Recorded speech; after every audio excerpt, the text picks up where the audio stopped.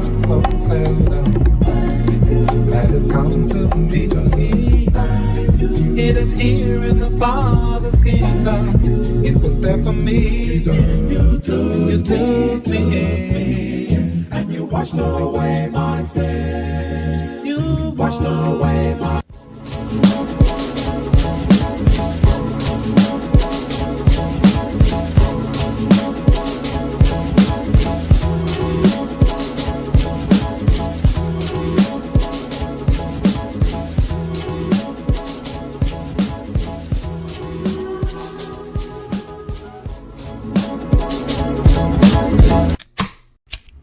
You ready?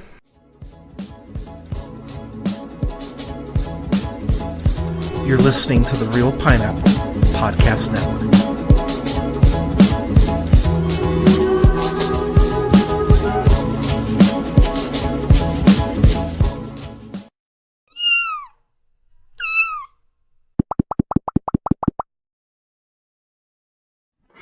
Good evening, ladies, gentlemen, days, and gays. Oh, pardon me. This is the Real Pineapple. This is your humble host, Hunter, here. Happy, oh my gosh, what is today? Monday night, the 25th. I hope you're doing well. Hope you're having a good start to your week. I had a good start to my week. My new job has been a lot of fun. I'm actually having a lot of fun with it. It's just enough social interaction for me to be like, cool, I'm talking to people, but not enough social interaction that I'm actively wanting there to not be any social interaction. So yeah, I'm having fun with the job. So that's always good, and slowly starting to be able to, catch up on shit. So we're getting there. We're getting there. So yeah, but hope you all had a good week. I realized I have not posted a audio review since March. Daredevil episodes 1 and 2 of Born Again were my last reviews. So this week I'm gonna get back to the old grind officially, because I've watched a couple things and I just haven't had a chance to record. So this is me kind of getting back full time proper. So this week, what has come out this week? The Roses, I believe, is the Benedict Cumberbatch Olivia Colman movie. I'm gonna check that one out on probably Thursday. Probably check that out Thursday night. I'm gonna try to go see Naked Gun on Friday. I gotta want to check out Nobody 2. So yeah, I've got quite a few things here in the next week or so I'm gonna be checking out. But thank you so much for joining me. If you would give me just a second to take an old hit here.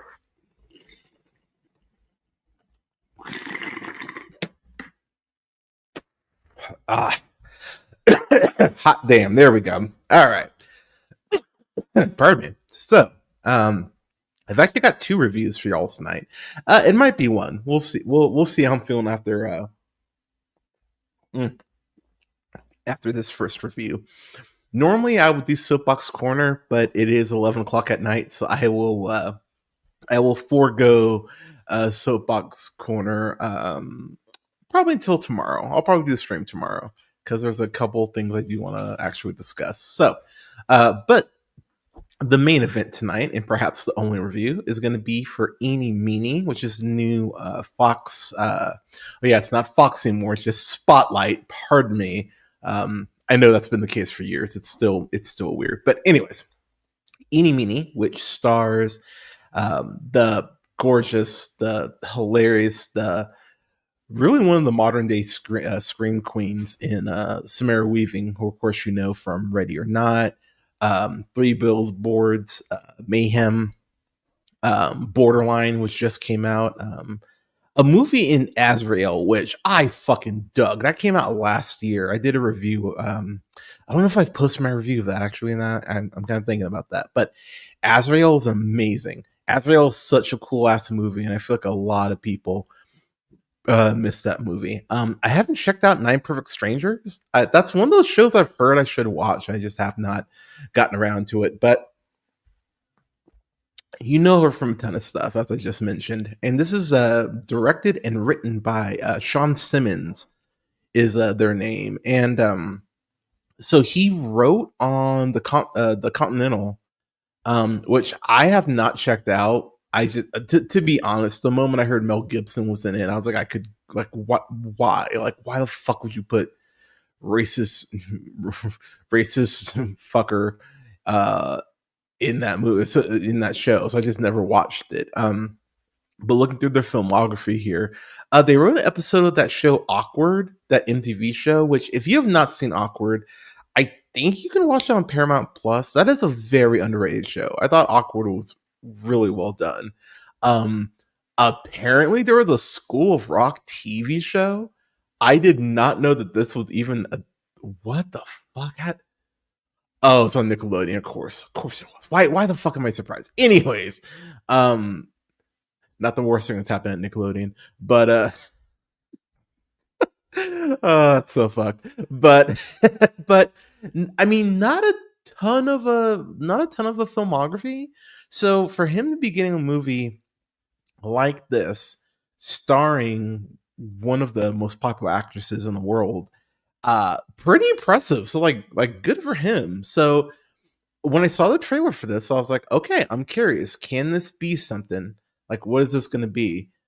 Let's find out. So, Samara Weaving plays Edie, who I really like the opening of this movie, kind of her origin story. I won't spoil too much, but it puts a ton of shit in context, is what I'll say. Like when you get to that point, you're like, oh no, this like this makes a ton of sense. But Weaving, she plays Edie, as I mentioned, and we go ahead and we flash forward from her as a kid to present day, and she's hanging out with her bestie. I think she's literally called Baby Girl, who's played by Kiana Simone, who I really liked in here. I wish we would have gotten a little more of her, but you know her from Project Power, which I was sitting there, I was like, why she looks so familiar? She was in Project Power and White Boy Rick, a movie I really wanted to like more, by the way, in White Boy Rick. But I really liked her in this, and honestly, I would watch a separate movie involving Baby Girl and Edie just hanging out and like bullshitting. Like there's a one of them days type scripts involving these two actresses. Like I could see them doing a comedy like that. But um but Baby Girl is really the person who is around Edie as she is putting her life back together. And through circumstances, we found out that Edie got involved with the wrong people. That's kind of been a trend with her. But given again what her life starts off with, it makes unfortunately makes a fuck ton of sense. But what I really was curious about, because as I was watching the trailer, I just thought, oh, Baby Driver. It's female, it's Baby Driver, but with a woman. Like that's what it is. And you can definitely tell like there's some Baby Driver inspirations taken from here. But one thing, and I think we just gotta start giving Samara Weaving her props in terms of this. She's really great at taking scripts that you kind of just think, oh, it's just going to be this base level thing. And one thing about every project I really feel like Weaving does is that there's always more to it than you think there's going to be. And I just think that's just like we just need to give her credit in terms of being an actress who just gives a fuck. Because I really do think like what's the movie coming out? I can't remember what it's called, but Sex something, I think. But it's new Leah Dunham movie, which I'm just like, oh Jesus, you're still getting work. But you got Natalie Portman being in one of her movies. I love me some Natalie Portman. I'm a huge fan of hers. I just saw her in Fountain of Youth. I don't know how much I don't know how much Natalie Portman really cares about her projects. And that makes me I feel like such a dick saying that because I'm such a fan of hers, but girl, come on. You know you read that Fountain of Youth script and was like whatever. I want to redo my kitchen or something. I don't know why she took that fucking role. Maybe she's a big John Krasinski fan, um but at the end of the day though, as I was watching this, I was like, what are we doing with this? Like, because you see from the trailer that she has this ex named John, who's played by Carl Glussman, is the one I'm going to go with. Um, who's in the Bike Riders. Like that's like the one thing I recognize him from. But he was also in Civil War. Um, so he's been in a few things. What I really liked about John is I hated John.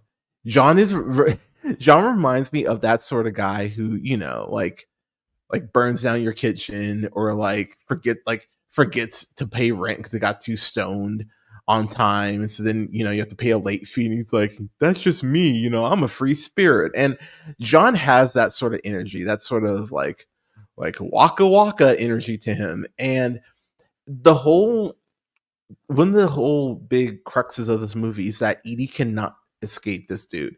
Edie has been working. She's been in school. She's been really trying to make her like better herself. And you find out the instant in which that like inspired her to want to go ahead and better herself. Um, but what's maddening about it is that the movie keeps going. Um, the movie just keeps going. Why? Why would she put up with this dude? And that's what I kept wondering.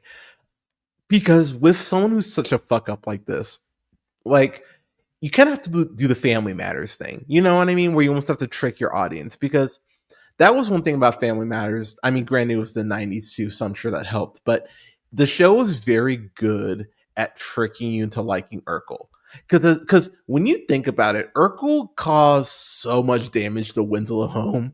And and I know that, Carl was a cop, but at the same time, Steve was like breaking their garage and shit, and having skis go through windows. Like Steve was a monster to that fucking house, to that family. And so as I'm watching this the whole time, I'm like, this dude sucks. Why would Edie give a fuck? Why would she care about this guy? Like, why is he such a tool? Like, I couldn't get over it. And I couldn't get over his manipulation. Like, this is one of those cases where I'm sitting there watching, I'm like, oh man, I get why lesbians exist. Because if this was your option for a dude, yeah, I date any woman. Any woman would be better than not Lee Dunham, but you know what I mean. Like this guy just sucked, and he's doing that lame base level shit in terms of trying to win a woman over. Where he's like, we're written in the stars. We always come back to each other. It's like, oh fuck off, dude. It's like don't blame the stars for this shit. Like you need to pull your head out of your ass and stop being a fucking junkie. And I know how insensitive I sound to people who have drug issues. Look, as someone who has dealt with that in terms of like having friends that have had drug issues and understanding that you need to be sympathetic. The thing about John is that he does not want to change. He really does. At the end of the day, he wants to drag Edie down more than he wants to better himself for her. And that is the key difference. And what I love about this movie is that it's kind of like asking that question, but in the background, like, how much do you put up with someone? How much can you love someone until you're loving them from a distance? Like it's a really interesting question, right? It's one of those things where um it really does make you think on that and really meditate on it. Um I totally was so happy to see Andy Garcia in here. He's like the villain. He plays Nico. And thinking on Andy Garcia, because like the last time I remember him being like I don't want to say big villain role. That's ridiculous. But the last time I remember seeing him in a villain role was fucking Max Steel, which was like 2015, I think, something like that. That sounds right. 2016. And goddamn, he is phoning it in like a motherfucker in that movie. But it was so cool seeing him in this and be like, oh yeah, that's right. When Andy Garcia gives a shit, he can be a terrifying villain. There's this point where he lays it out there on Front Street for Edie. Just tells her like, look, I'm gonna kill this motherfucker.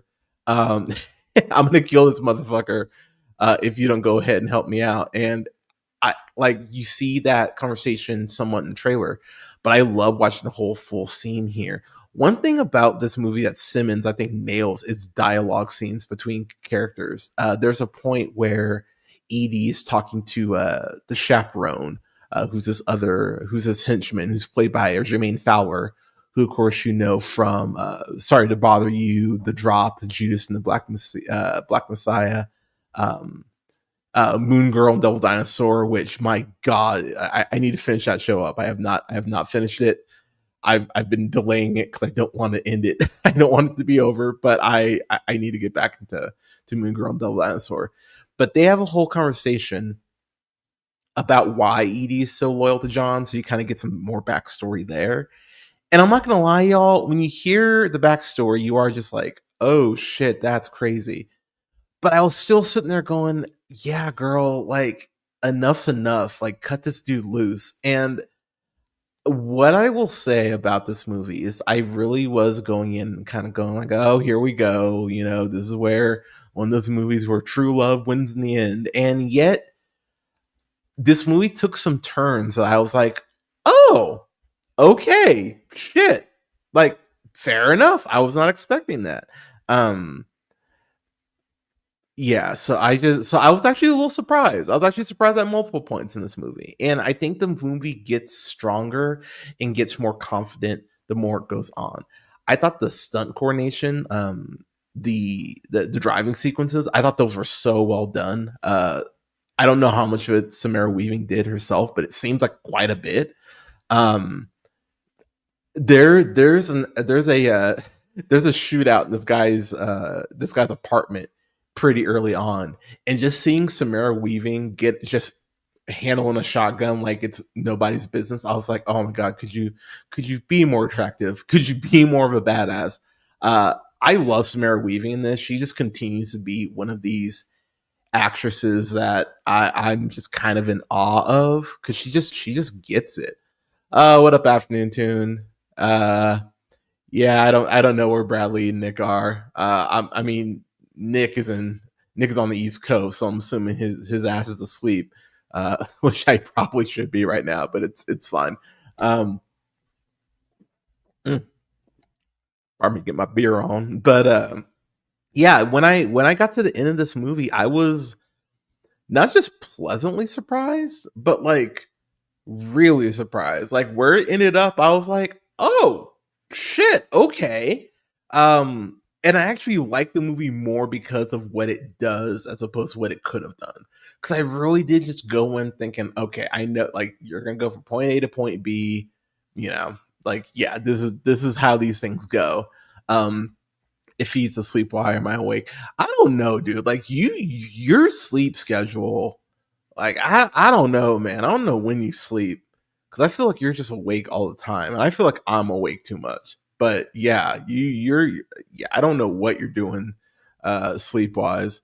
Uh, Gonna be in a oh yeah, I'll be talking about that too, y'all. I'll be in a fantasy league for some with some fellow podcasters, which I'm gonna dominate. I'm gonna dominate that fucking league. Uh, that means I'm gonna have to play Josh. I'm gonna beat Josh. I'm gonna tell you that right now. That's happening. But oh yeah, oh yeah, Eenie Meanie. But it's one of those movies that when I really did like I watched it last Friday, and I actually went back and watched it again yesterday before I checked out the AEW show, which I'll review by the end of the week. But I was really impressed. Like I was really honestly impressed with how much I dug this. Randall Park has a bit in here that I really liked Randall Park in here. I really liked Randall Park, and Steve Zahn is in here as Edie's dad, and he gets a couple scenes where you're like, yeah, man, like all right, Steve Zahn, go ahead. Another guy who I think has actually been really underrated for years. I mean, I know Sahara is dumb, but it's a fun comedy. He's fun in that, but like War for the Planet of the Apes, in Righteous Gemstones, which I just finished up. Leroy, Texas. I don't know if I've reviewed that yet, but that was a great movie. So there's just there's a lot of hell yeah around this movie, and I think that the film really does form to make something that I was really surprised by in the best way. So I'd give this a solid A minus. I really dug this, and this might be something that even kind of inches his way towards an A once I think about it a little more. But yeah, I really dug this. So yeah, Eenie Meanie, A minus. Let's go.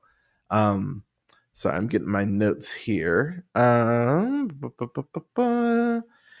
okay, I'm pretty sure I reviewed Fountain of Youth, and I cannot find the recording for it. So I might end up re-reviewing it, which I really don't want to do, but I might end up doing that. So just heads up, y'all. So you know what? I'm feeling awake, so I'm gonna knock out a quick review for this. But got a review for Oh Hi, which is I actually don't know. I actually don't know who directed this. Why do I not have? Oh, that is Sophie Brooks, which is written and directed by Sophie Brooks, who you know from doing The Boy Downstairs. She wrote that back in 2017. So this stars Molly Gordon, who, of course, you know from a ton of shit, including Theater Camp, The Bear, Shiva Baby, Booksmart, You People, and Logan Lerman, who, of course, you know from Perks of Being a Wallflower, Percy Jackson, The Olympians, Fury, Hunters. Hunters is a damn good show, by the way. But watching this movie, I was really hyped from the trailer on this because I'm a huge fan of both of these actors. I think Logan Lerman is very underrated. I think if you're looking for someone to be, I mean, I think he'd make a great Cyclops. Just like to throw that out there, but I digress. But I'm just such a fan of his, and Molly Gordon has been on this insane fucking streak between The Bear, between Winning Time, which she was great on, between Theater Camp, Good Boys, Shiva Baby, Booksmart, Theater Camp. Um, yeah, she's fucking amazing. She's been on this incredible streak, and do you think you would watch that show I sent you? What show did you send me? I actually don't recall what show you sent me. Um, I actually don't recall what show. So yeah, remind me.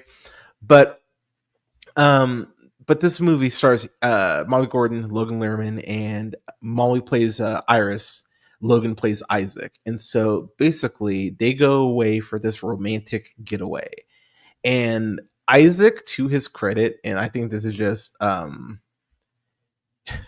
any black shows, Hunter just forgets about them. Oh my god, yes, you're right. I have not seen Sinners yet. You're right. I know. I've got Nick and Jamarco and every other black person yelling at me. I have my white friends yelling at me because I haven't seen Sinners yet. I know. I haven't seen Iron Heart yet, y'all. Like I'm behind on Marvel shit. All right, I know. I will get to it. At this point, I think I'm just gonna wait till October and add it for the Real Scary series. I might as well at this point. So that might just be the actually when is October 1st? Let me see. October 1st. That's a Wednesday. So I could watch October 2nd. So maybe I'll watch October 2nd because I'll be off October 2nd because I'm off Thursday, Friday. So maybe I'll do that. Maybe I'll watch Sinners on or maybe I'll watch it Wednesday night. Maybe I'll do that. Yeah, we'll see. But anyways, they're on their first romantic getaway. And what's really funny about the movie is that it's giving off very much Misery vibes. Like you're getting Misery vibes from this movie. But what I found really funny about it is that I kind of agree with Iris. Like as I was watching it, I was like, yeah, dude, it kind of feels like you are leading her on a bit. Now, admittedly, dating in 2025 is just, it's shit. I've the amount of conversations I've had with my friends about dating is insane. Um, I yeah, I don't know how people do it. Dating's hard, y'all. Like dating's hard in general. But now you got to worry about, like, oh, are you a Trumper? Oh, like, oh God, like, I couldn't. swipe left quick enough. But um but it's crazy because like as you're watching this movie, you're like, okay, there's clearly miscommunication here. Like just on a base level, fucking just the lines are muddied here, admittedly. But also, um, Isaac just seems like he just wants to get laid, which I mean, it's Molly Gordon, fair enough. But Molly Gordon's Iris, she's definitely reading a little more into it than she should be. And so again, it just really goes back to miscommunication. But I love the level of which this miscommunication just escalates so quickly. Like it goes from wait, you don't want to be in a relationship to oh, I'm going to handcuff you to the bed and you can't and you can't fucking leave. Like the escalation in that, it's like, oh shit, that's really bad. And what I like about the movie is that it's very much in that dark comedy vein of something like a Death to Smoochie. Like I was actually getting very heavy Death to Smoochie vibes from this, along with Misery. But what's so interesting about Molly Gordon, especially in here, is that you again, while she's nuts, and my God, she's nuts for, I mean, again, handcuffing someone to a bed, not consensually is wrong. You know what? Never mind. I will keep that to myself. Anyways, but what's interesting about this is that like it makes you feel some sympathy for her because you can tell that she's over dating, like she wants to be in a relationship, which you know what, more power to her. A lot of people just want to be in a relationship because it's you can grow with that person and everything, but he's just not wanting that. And so there is this miscommunication from jump, but at the same time it is a bit odd to be going on like a romantic weekend with someone you're just trying to I don't know, it does feel like there is like this gray area that they have definitely like not discussed in terms of their own expectations. What's what, what I really do there is this moment in the movie uh where Isaac is trying to distract Iris so he can like potentially get out of his handcuffs. And so he asks her to go learn her dance from like her 6th grade, 7th grade recital or some shit like that. It's it's such a it's such a mind fuck of a sequence that I was like, really? That's what you're throwing out? And she like goes and does it, and you're just like, oh, what the fuck? Like it's so bad. It's so bad in the best way. Um when I do appreciate too that there's a point in this movie where you Iris says something about like caring about guys too much, and like when she's like obsessed with a guy, and she says this thing that like when you hear it out loud, you're like, oh fuck, okay, there's the crazy. Like it is, it's one of those like, oh shit, like all right, dude, you need to fucking leave. And I won't lie, that like as much of a fuck boy as I do think Isaac is to an extent, there's a couple points where I'm like, dude, if I heard someone say that, I'd be like, ha, ha, ha, ha. All right, does an Uber come out here? Like what? Like there's some stuff that said is pretty wild, but I really like how French comedy does end up getting in terms of like things getting more complicated as Isaac maybe does or doesn't escape. Iris has to call in reinforcements, including a Geraldine. I can never say her last name. Wiswanathan is what I'm going to go with. You, of course, know her from Blockers, Emo the Musical, Janet King. She was, of course, just in Thunderbolt, playing Mel. I'm such a fan of her. I think she has amazing comedic timing, and I really want to see her and Molly Gordon work together again. Like they just have that rapid fire chemistry that you want between your leads. I was so wonderfully surprised to see David Cross in here. He's this other guy who happens to be staying on the property named Steve, and he's not in the movie a ton, but he's in the movie just enough to step up and get you some really funny lines because David Cross has amazing comedic timing. Um, so give me just a second, y'all. So I was really happy to see him in this, and then oh, what's his name? Uh, he plays Officer Callahan on Stranger Things. Oh, John Reynolds. There you go. He's playing Max's Geraldine Wiswanahan. He's playing her partner, and it's very fun him being kind of the avatar for the audience, given some things that occur in the movie. I really think this is a movie that does just come together very in a very fun way. And I was actually pleasantly surprised kind of at the resolution slash kind of the moral that the movie lands on. I was like, oh, okay, yeah, I like this. So I think it's a solid B. I really enjoyed this. I thought this was a fun flick. I really think my biggest issue with this movie is that it reminds me a bit of Companion, and I really dug Companion more than this. Um, Even in terms of its dark humor, I think Companion was just a great fucking movie. I actually cannot remember if I reviewed that. I might, God, I got some stuff I need to catch up on review wise. Goddamn, but yeah, check out Oh Hi. You can rent that on VOD. I think that's still in theaters, but it's definitely on VOD now. And then Eenie Meanie, you can go ahead and stream on Hulu.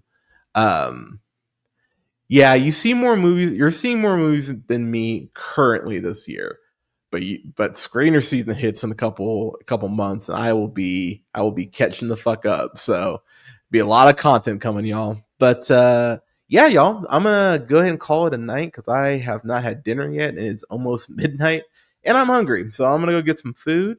But in terms of what I got coming up next, I'll probably have a stream maybe Wednesday or Thursday because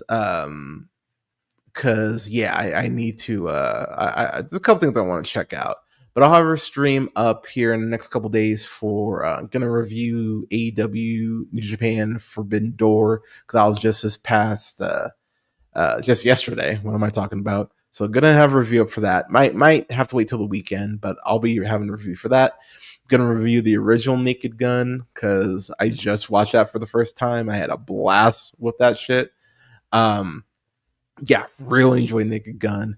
And then man, what else? Gonna oh yeah, I'll review Daredevil Born Again because I have not reviewed that yet.